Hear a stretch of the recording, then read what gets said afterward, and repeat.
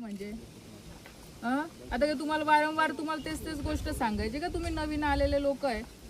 जेवढेही झाड 100% दाखवा ना. जर झाड उभं आहे पण ते झाडाचे पानं जर पूर्ण फाटले तर पूर्ण थोडी त्याला पीक येणार आहे. त्याला परत नुकसान 100% दाखवा ना. मग खाली तुमचे लोक असं का करताय मग की आम्ही हे घेणार नाही, तेवढं घेऊ आणि जे पडलेले ते घेऊ, उभं आहे ते घेणार नाही.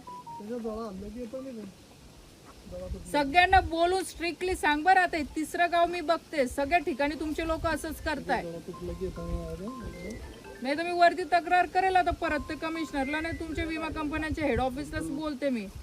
तुम्हाला परवाही मी तुमच्या कंपनीच्या लोकांना सांगितलं, मग परत तेच गोष्ट का करताय तुम्ही? तू आत्ताच्या आत्ता त्यांना सगळ्यांना फोन लाव. मी इथं आता रावेर दौऱ्यावरच आहे. मला आता परत पुढच्या गावांमध्ये ही तक्रार यायला नको शेतकऱ्यांकडनं.